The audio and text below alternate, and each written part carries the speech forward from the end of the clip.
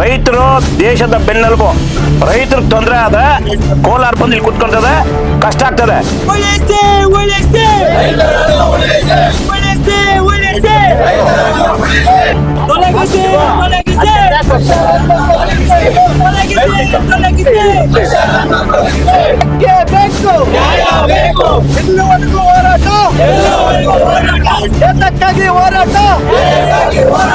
Crusher ಹೇಳ್ಕೊಟ್ಟು ಮಾಫಿಯಾಗಳಿಗೆ ಯಾವೊಬ್ಬ ರಾಜಕೀಯ ವ್ಯಕ್ತಿಗೆ ಭಯ ಬಿದ್ದು ಈ ಜನಪ್ರತಿನಿಧಿಗಳು, ಜಿಲ್ಲಾಧಿಕಾರಿಗಳು ಹಿಂದೇಟ್ ಆಗ್ತಾ ಇದಾರೆ.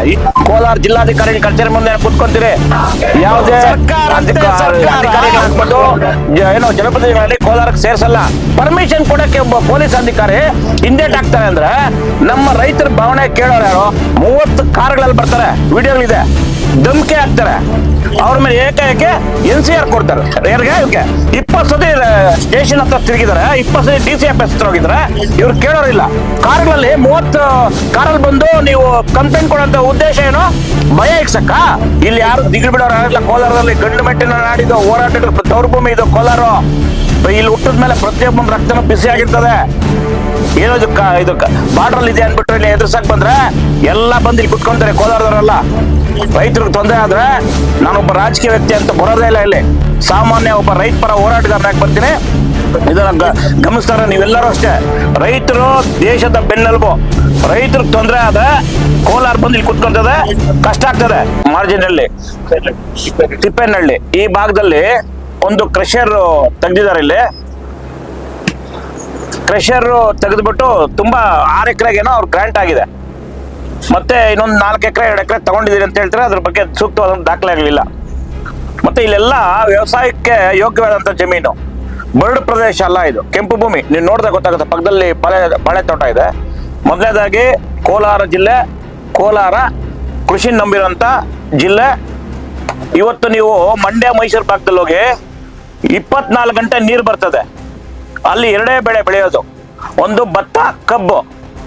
ಇಲ್ಲಿ ಇಡೀ ಪ್ರಪಂಚಕ್ಕೆ, ದೇಶಕ್ಕೆ, ರಾಜ್ಯಕ್ಕೆ ಕೋಲಾರದವರು ಹಣ್ಣು ಹಂಪಲು ಕೊಡ್ತೀರಿ, ಮಾವಿ ಕೊಡ್ತೀರಿ, ರೇಷ್ಮೆ ಕೊಡ್ತೀರಿ, ಹಾಲು ಕೊಡ್ತೀರಿ, ಚಿನ್ನ ಕೊಡ್ತೀವಿ, ಫಲವತ್ತಾದ ತರಕಾರಿ ಕೊಡ್ತೀವಿ.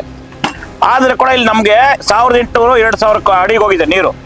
ಆದ್ರೆ ಕೂಡ ನಮ್ಮ ರೈತರು ಯಾವತ್ತೂ ಆಗಲಿ ನೇಣಿಗೆ ತಲೆ ಕೊಡಲ್ಲ. ಏನೇ ಬನ್ನಿ ಕಷ್ಟದಿಂದ ಓಡಾಡ್ತಾರೆ, ಕಷ್ಟದಿಂದ ಎದುರ್ತಾರೆ. ದೇಶದಲ್ಲಿ ಎಲ್ಲ ನೋಡ್ರಿ ರೈತರು ಸಾವು ಬಿಡೋದು ಬೇರೆ ಕಡೆ, ಕೋಲಾರ ಜಿಲ್ಲೆ ತುಂಬಾ ಕಡಿಮೆ. ಅದೇ ನಮ್ಮ ರೈತರದ್ದು ಮನೋಭಾವನೆ ರಕ್ತ ಆತರ ಇದೆ, ಎದುರ್ತಾರೆ ಏನೊಂದಕ್ಕೂ. ಆ ಕಾರಣಕ್ಕೆ ಇಲ್ಲಿ ಇಂಥ ಫಲವತ್ತಾದ ಜಮೀನುಗಳಲ್ಲಿ ಫಸ್ಟ್ ಆಫ್ ಆಲ್ ಕ್ರಷರ್ ಕೊಡಬಾರ್ದಾಯ್ತು, ಕೊಟ್ಟಿದ್ದಾರೆ. ಆ ಕೊಟ್ಟ ಮೇಲೆ ಏನು ಅದಕ್ಕೆ ಸಂಬಂಧಪಟ್ಟದೆ ಅದ್ರ ತರ ಮಾಡಬೇಕು.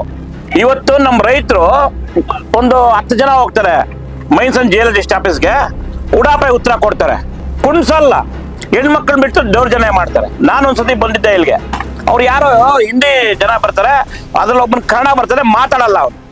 ಇವರೆಲ್ಲರೂ ಜನಪ್ರತಿನಿಧಿಗಳಿಗೆ ಹೋದ್ರೆ ಉಡಾಪಾಯ ಉತ್ತರ ಕೊಡ್ತಾರೆ. ಯಾರೋ ಒಬ್ಬ ವ್ಯಕ್ತಿ ಜನಪ್ರತಿನಿಧಿ ಅಂದ್ಬಿಟ್ಟು 100 ರೈತರು ಬೀದಿ ಬೀಳ್ತಾ ಇದೆ. ಒಬ್ಬ ವ್ಯಕ್ತಿ ಇಲ್ಲಿ ಮೊನ್ನೆ ಯಾರೋ ಇಲ್ಲಿ ಕೊತ್ತೂರು ಮಂಜುನಾಥ್ಗೆ ಜನ ಹೋಗಿ ಹೇಳಿದ್ದಾರೆ, ನನ್ನ ಇವ್ರು ಕರೆಯಕ್ ಕೂಡ ಇದು ಹಿಂದೇಟ್ ಹಾಕಿದ್ರು. ನಾನು ಹೇಳ್ದೇನಪ್ಪ, ನಾ ಒಬ್ಬ ರಾಜಕೀಯ ವ್ಯಕ್ತಿಯಾಗಿ ಇಲ್ಲಿ ಬರಲ್ಲ, ಒಬ್ಬ ರೈತರ ಪರ ಹೋರಾಟಗಾರನಾಗಿ ಬರ್ತೀನಿ ಅಂದ್ರೆ. ಆದ್ರೆ ಕೂಡಪ್ಪ ಈ ಜನಗಳು ಕೂಡ ಒಂದಷ್ಟು ಕಿವಿಯಿಂದ ಕೆಲಸ ಮಾಡಿದ್ರು. ಇವ್ರು ಕರೆಕ್ಟ್ ಆಗಿ ಇದು ನ್ಯಾಯಯುತ ಹೋರಾಟ ಇದು. ಇಲ್ಲಿ ಯಾವುದೇ ರೀತಿ ನಾನೊಬ್ಬ BJP ಅಧ್ಯಕ್ಷನಾಗಿ ನಾನು ಇಲ್ಲಿ ಬರ್ತಾ ಇಲ್ಲ. ಒಬ್ಬ ರೈತ ಅವ್ರ ಕಷ್ಟ ನೋಡ್ಬಿಟ್ರೆ ಒಳ್ಳೊಳ್ಳೆ ಬೆಳೆ ಬೆಳೀತಾ ಇದಾರೆ. ಆ ಧೂಳು ಬಂದು ಇದ್ರ ಮೇಲೆ ಕುತ್ಕೊಂಡ್ರೆ ಒಳ್ಳೆ ಕಾಂಕ್ರೀಟ್ ತರ ಕಾಡ್ ತರ ಆಗ್ತಾ ಇದೆ. ಇಲ್ಲಿ ಅವರು ಬೆಳೆ ಅಂತ ಅವ್ರು ಕೇಳ್ತಾರದೇನೋ, ನಮ್ ತೊಂದರೆ ಆಗ್ತದೆ ಸರ್ ಅಂತ. ಇಲ್ಲಿ ಬೆಂಬಲ ಬೆಳೆ ಕೊಡಲ್ಲ, ರೈತರು ಕಷ್ಟ ಬಿದ್ದು ಬೆಳೆ ತೆಗೆದ್ರೆ ಈ ತರ ಕ್ರಷರ್ ಹೇಳ್ಕೊಟ್ಟು ಮಾಫಿಯಾಗಳಿಗೆ ಯಾವೊಬ್ಬ ರಾಜಕೀಯ ವ್ಯಕ್ತಿಗೆ ಭಯ ಬಿದ್ದು ಈ ಜನಪ್ರತಿನಿಧಿಗಳು, ಜಿಲ್ಲಾಧಿಕಾರಿಗಳು ಹಿಂದೇಟ್ ಆಗ್ತಾ ಇದಾರೆ. ಇಷ್ಟು 100 ಜನಕ್ಕೆ ರೈತರಿಗೆ ಗೊತ್ತಾಗ್ತಾರೆ. 1 ಮನೆ 2 ಮನೆಗಲ್ಲ ಇದು. ಇನ್ನ ಸಂಪಾದನೆ ಮಾಡ್ತಾರ 1 ಮನೆ 2 ಮನೆ. ರೈತರಿಗೆ ಕಷ್ಟ ಆಗ್ತಾ ಇರೋದು. ಜನಪ್ರತಿನಿಧಿ ಜಿಲ್ಲಾಧಿಕಾರಿಗಳಿಗೆ ಒಂದು ಅಪ್ಲಿಕೇಶನ್ ತಗೊಂಡು ಪರ್ಮಿಷನ್ ಕೊಡಕ್ಕೆ ಒಬ್ಬ ಪೊಲೀಸ್ ಅಧಿಕಾರಿ ಹಿಂದೇಟ್ ಆಗ್ತಾರೆ ಅಂದ್ರೆ ನಮ್ಮ ರೈತರ ಭಾವನೆ ಕೇಳೋರು ಯಾರು? ಓಟ್ ಹಾಕಲ್ವಾ ರೈತರು? ಮತ್ತೆ ಯಾರೋ ಒಂದು 5-6 ಜನ ಜಮೀನು ಹೋಗ್ತಾ ಇದೆ, ಅಲ್ಲಿ 100 ಎಕರೆ ಜಮೀನು ಹೋಗ್ತಾ ಇರೋದು, ಪ್ರಾಬ್ಲಮ್ ಆಗ್ತಾ ಇರೋದು. ಅವ್ರು ಇಲ್ಲಿ ಸೆಂಟ್ರಲ್ ಹೋಗ್ತಾರೆ, ನಿಮ್ಗೇನೋ ಒಂದು 10,000-20,000 ಭಿಕ್ಷೆ ಬೀಳ್ತಾರೆ ರೈತರು. ಕೋಲಾರದ ರೈತರು ಭಿಕ್ಷೆ ಬೀಳೋರಲ್ಲ, ಗಟ್ಟಿದ್ದವನಿಗೆ ಕಷ್ಟ ಬಿದ್ದು ಬೆಳೆ ತೆಗೆದು ಜೀವನ ಮಾಡೋರು. ಆ ಕಾರಣಕ್ಕೆ ಇವತ್ತು ಹೋರಾಟ ಸಾಂಕೇತಿಕವಾದಂತ ಹೋರಾಟ ಅಷ್ಟೇ ಇದು. ಕೋಲಾರ ಜಿಲ್ಲಾಧಿಕಾರಿ ಕಚೇರಿ ಮುಂದೆ ಕೂತ್ಕೊಂತೀರಿ, ಯಾವುದೇ ಅಧಿಕಾರಿಗಳಾಗ್ಬೋದು, ಏನೋ ಜನಪ್ರತಿನಿಧಿಗಳಲ್ಲಿ ಕೋಲಾರಕ್ಕೆ ಸೇರ್ಸಲ್ಲ. ಇವ್ರಿಗೇನ್ ಕಷ್ಟ ಆಗಿದೆ ಆ ಕಷ್ಟಕ್ಕೆ ಸ್ಪಂದಿಸ್ಬೇಕು. ಇಲ್ಲಿ ಏನ್ ನ್ಯೂನತೆಗಳಿದ್ರೆ ಸರಿಪಡಿಸ್ಬೇಕು. ಇಲ್ಲಾಂದ್ರೆ ಇಲ್ಲಿ ಕೃಷಿ ಹೈಟ್ ಅಲ್ಲಿ ಇದ್ರೆ ಕೆಳಗಿನ ಜಮೀನು ಏನಾಗ್ತದೆ ಇಲ್ಲಿ. ನಾನು ಎರಡು ಸಲ ಇಲ್ಲಿ ಬಂದು ಹೋಗಿರೋದು ಕೇಳ್ತಾ ಇದ್ದೀನಿ. ಆ ಕಾರಣಕ್ಕೆ ಇವತ್ತು ನ್ಯಾಯಯುತ ಹೋರಾಟ ಮಾಡ್ತಾ ಇದ್ರೆ. ಕೃಷಿ ಭೂಮಿ ಫಲವತ್ತಾದಂತ ಭೂಮಿ ಇರೋದಿಲ್ಲ. ಆ ಕಾರಣಕ್ಕೆ ಈ ಕೂಡಲೇ ಯಾರು ಜನಪ್ರತಿನಿಧಿಗಳಾಗ್ಬೋದು, ಜಿಲ್ಲಾ ತಂಡ ಆಗ್ಬೋದು, ಮತ್ತೆ ಮೈನ್ಸ್ ಅಂಡ್ ಜೇಲಸ್ ತಂಡ ಆಗ್ಬೋದು, ಬಂದು ಇದನ್ನ ನೋಡಿ ತುಂಬಾ ನ್ಯೂನತೆಗಳಿದೆ ಸರಿಪಡಿಸ್ಬೇಕು. ಇಲ್ಲಾಂದ್ರೆ ಇಲ್ಲಿಂದ ಶಿಫ್ಟ್ ಆಗ್ಬೇಕು. ಅವ್ರದ್ದು ಇದೆ, ನಮ್ಮ ಭೂಮಿಗಳಿಗೆ ತೊಂದರೆ ಆಗ್ಬಾರ್ದು.